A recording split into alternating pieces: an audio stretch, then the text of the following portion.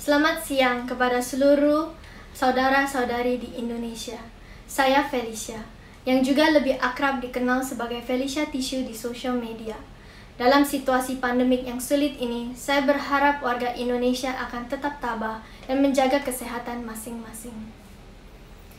Ini pertama kalinya saya memberanikan diri untuk berbicara di publik, untuk meluruskan hal-hal yang selama ini menjadi simpang siur dengan tidak adanya kejelasan dan penyelesaian oleh pihak Bapak Jokowi dan keluarga.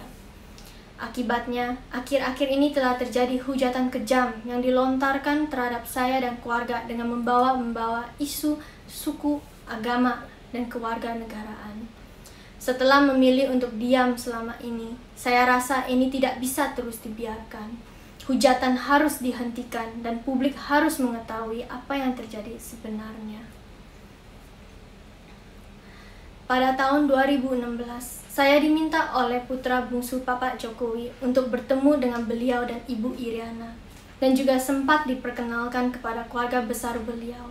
Sejak berjalannya hubungan antara saya dan putra beliau, sudah beberapa kali diundang untuk menghadiri acara keluarga besar beliau, seperti pernikahan Mas Rio dan Mbak Ayang. Dalam acara tersebut, saya disediakan tempat tinggal di kediaman Mas Gibran selaku putra sulung beliau dan Mbak Selvi selaku istrinya. Saat itu saya sempat bertemu juga dengan Bude dan Pak B selaku kakak dan kakak ipar dari keluarga Ibu Iriana. Dengan pihak keluarga saya pun, putra beliau sudah meminta izin kepada orang tua dan nenek saya dan sering bertemu untuk menjalin hubungan yang baik.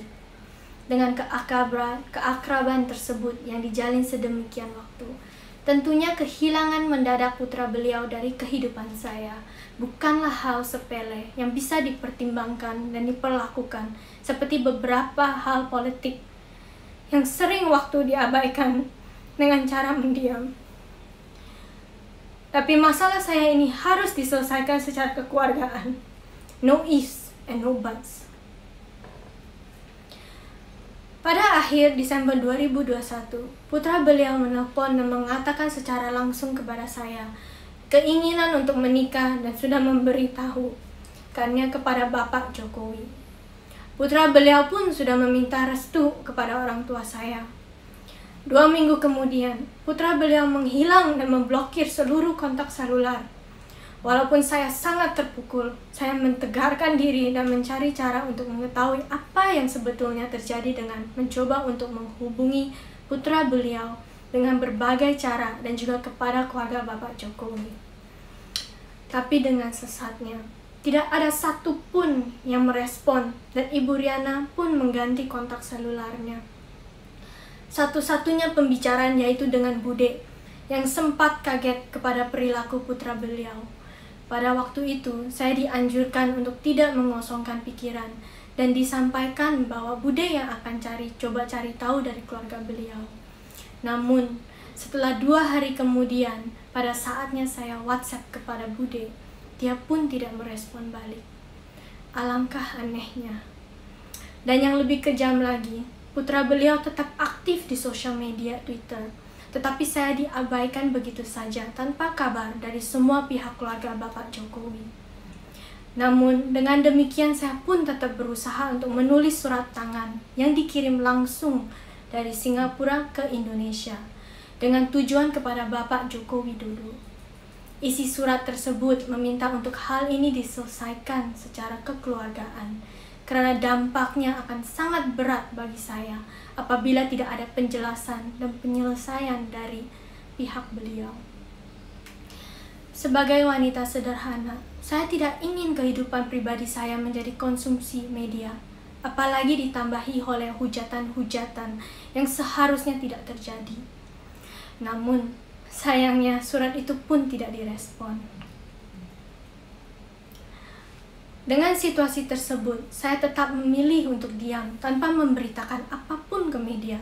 Walaupun banyaknya media-media yang coba untuk mencari tahu, saya tetap berharap ada etika yang baik dari pihak keluarga beliau untuk menyelesaikannya secara kekeluargaan. Tetapi di saat putra beliau menghilangkan semua foto-fotonya di halaman Instagramnya, berita mulai muncul. Nenek saya yang sudah berusia 84 tahun menelpon untuk bertanya. Namun saya hanya bisa menyampaikan, belum tahu Ama, tapi jangan khawatir ya. Karena saya mengkhawatirkan kesehatannya. Tetapi nenek saya tetap menempuh perjalanan ke Istana Bogor untuk mempertanyakan ada apa sebetulnya dengan putra beliau. Sayangnya, perjalanan itu sia-sia. Dinding istana begitu tebal dan tidak ada seorang pun yang menjawab pertanyaan nenek saya. Akhirnya, badai tidak bisa lagi terbendung.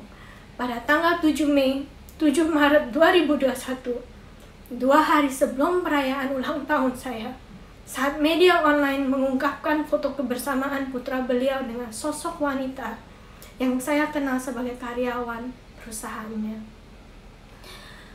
Mulai saat itu, foto-foto mesranya mulai beredar luas di media online, dipertontonkan kepada publik.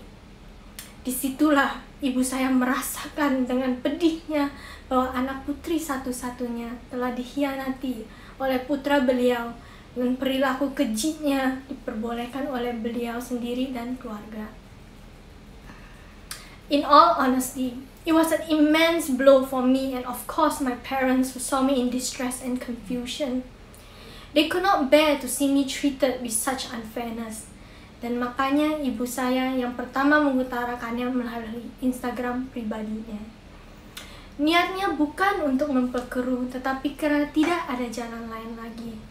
Satu-satunya adalah menyampaikan perasaan hati dalamnya bahwa putrinya telah diperlakukan secara tidak wajar. 5 tahun hubungan saya dengan putra beliau bukanlah waktu yang singkat. Saya sangat terpukul dan tidak bisa berkata apapun. Namun, saya beruntung karena ada ibu dan kakak saya yang mewakili saya, dan keluarga besar yang menguatkan saya. Beberapa bulan sudah berlalu, dan saya berusaha untuk membangkitkan diri dan menjalankan hidup baru saya ini. However, under the scrutiny of the public eyes, dan dengan tidak adanya etika baik dari Bapak Jokowi dan keluarga, telah memberikan peluang untuk orang-orang di sosial media untuk menggoreng dan menghujat saya dan keluarga, seperti ibu dan nenek saya, sampai saya pun secara langsung dihujat secara ras, agama, suku, keluarga negaraan, dan juga dengan menggunakan kata-kata kotor yang merendahkan harga diri saya sebagai wanita. Bisa dibayangkan dampak beratnya untuk saya dan keluarga. Saya rasa Bapak Jokowi yang juga mempunyai anak perempuan dan juga cucu-cucu perempuan bisa merasakan sebagai orang tua apabila ini terjadi kepada pihak beliau. Saya ingin tegaskan, ini bukan masalah jodoh atau tidak berjodoh, ini tapi masalah etika dalam penyelesaian masalah kekeluargaan. Saya ingin bisa menjalankan hidup saya dengan legowo tanpa selalu diusik. Karena tidak ada penyelesaian baik dari pihak beliau, maka saya harus berbicara yang sebenar-benarnya kepada publik agar saya dan keluarga tidak dipertanyakan lagi satu persatu, apalagi diusik dengan hujatan yang kejam. Seharusnya lelaki wajib melindungi wanita, tapi pada saat ini saya berdiri dengan tegar untuk diri sendiri. Seperti yang dikatakan almarhum Gus Dur, sosok pemimpin moderat yang sangat saya kagumi.